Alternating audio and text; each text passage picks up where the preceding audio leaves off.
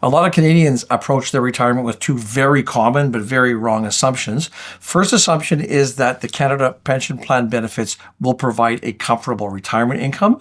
Secondly is that they're just going to start taking their CPP as soon as they can. When you think about it, the government says you can start collecting at age 60, so why would you wait? When we look at these two things a bit closer, you will find some very serious problems. In the video, I want to walk you through these two things that every Canadian who's approaching retirement should understand. First, the reality of what the CPP is actually designed to do. Secondly, how the decision about when you start your Canada Pension Plan can have a much bigger impact on your retirement income than most people realize. Thank you to Harvest ETFs for supporting this video. I will talk more about them a little bit later in this video. Okay, let's start with a bit of a reality check here.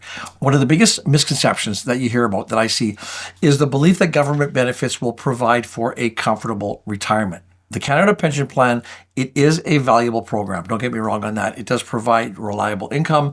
It's adjusted for inflation and it lasts for your whole life. The Canada Pension Plan came into effect in January 1966. The original structure was to replace partial income.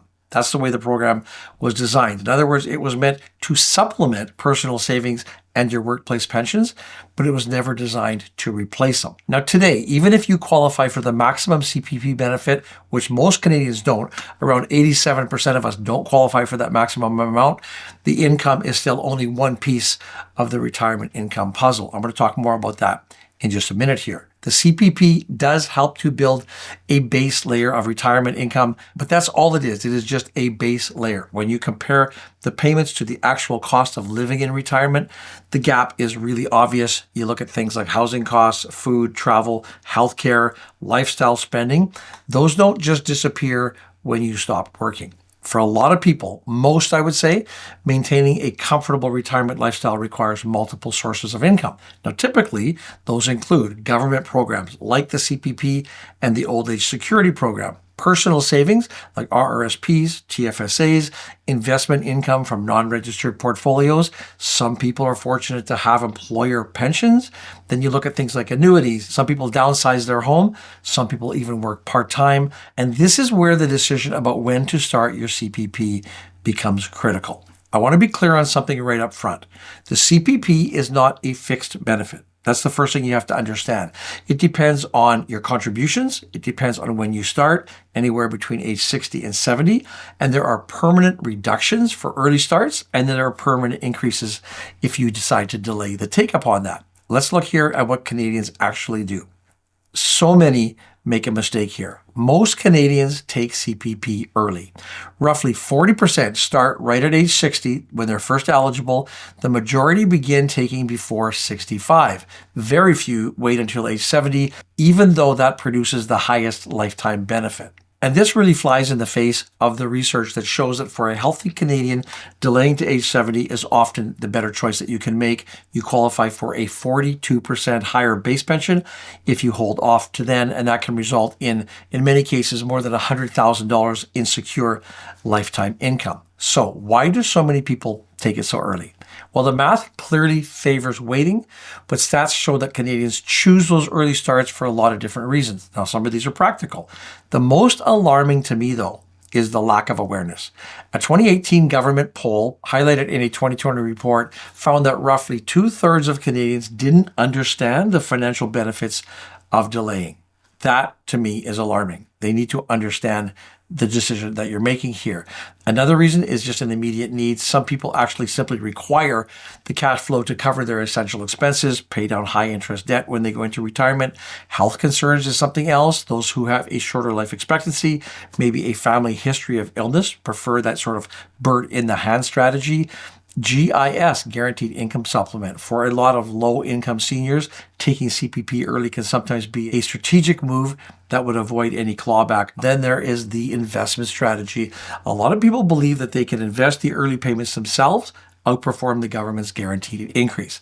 Now, for some context here, the average CPP retirement benefit today is $803.76. I mean, let that sink in. $803 a month is the average. The maximum benefit you can qualify at age 65 is $1,507 $1,000.65 a month. Let's look at an example here. Let's assume you're entitled to a $1,000 a month benefit starting at age 65. If you start your CPP at age 60, that amount is then reduced by 36%. That brings your payment down to $640 a month. Now, on the other side, if you delay the CPP until age 70, that same $1,000 benefit increases by 42%. So that results in $1,420 a month. Now, that is a huge difference. Because CPP is indexed to inflation and is paid for life, those larger payments, they can provide you with real long-term financial stability. And this is why so many retirement planners often lean towards deferring CPP when it is possible, when it is suitable in your personal circumstances. I would like you to think of CPP as a form of longevity insurance. The longer you live, the more valuable those payments are going to become. Deferring CPP, essentially, that allows you to lock in a higher government-backed, inflation-adjusted pension for the rest of your life. So for retirees who are concerned about running out of money, that can be extremely valuable. Now, I do want to take a moment and thank Harvest ETFs for supporting this video. In just a moment, I'm going to talk about one of the most important and often overlooked strategies in retirement planning. We've already talked here about how the idea of delaying CPP can increase your long-term inflation-adjusted income. But when people hear that, there's a question that comes up almost immediately. That sounds great, but how do I replace the income in the meantime? And that is exactly what we're going to walk through in the next segment of this video. One approach that a lot of retirees consider is using their portfolio to generate monthly income early in retirement. It essentially creates a bridge until CPP starts. And this is where some of Harvest ETFs can come into the conversation. Two examples. The Harvest Diversified Equity Income ETF, the ticker is HRIF, and the Harvest Diversified Monthly Income ETF, the ticker is HDIF. And both of these are designed to provide high monthly income through a diversified portfolio of equity income ETFs using covered call strategies. Now, based on the most current data, HRIF has a current yield of 9.67%. HDIF is a little bit higher at 13.06%. The difference between these two funds is the structure. HRIF does not use any leverage, whereas HDIF does use modest leverage, around 25%. That can enhance income, but does add some risk considerations. Now, as I go into the next section of this video, please keep that in mind. How do you create regular income early in retirement so you can give yourself flexibility to delay CPP and potentially improve your long-term plan? Let's walk through that. As I mentioned, one of the main reasons that people start CPP early is simply because they want, or in some cases need, the extra income. Let's say they retire at 60 or 62. CPP looks like the easiest way to start generating a cash flow. As we've seen though, starting CPP early, it locks in those smaller payments permanently. An alternative approach that I'd like you to look at now is to use your investments to generate income during those early retirement years while delaying CPP. That's often referred to as a bridge strategy. Instead of relying on the CPP right away, you temporarily draw income from your investment portfolio, and that income can come from several different sources. We talked about those earlier. It might come from dividends generated by stocks, might come from ETFs, it might come from interest income on bonds or GICs, or it could come from an investment strategy that is specifically designed to generate higher income, such as covered call ETFs. The goal here is simply to generate enough income to support your spending needs during those early retirement needs.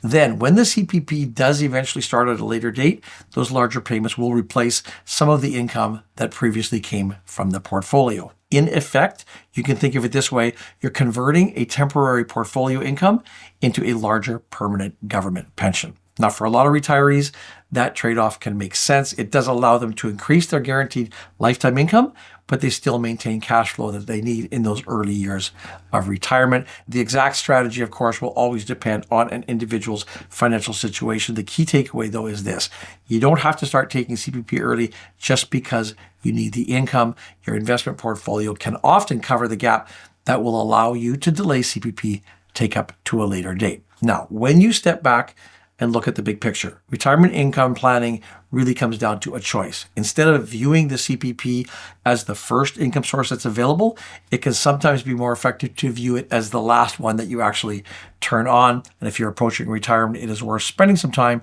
to think through that decision very carefully. Bottom line, when it comes to the CPP, the choice that you make now at the start can be one of the most important and costly retirement income decisions that you ever make. Have you ever wondered what happens to your CPP when you retire in another country?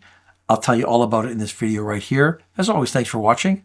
We'll see you in the next video.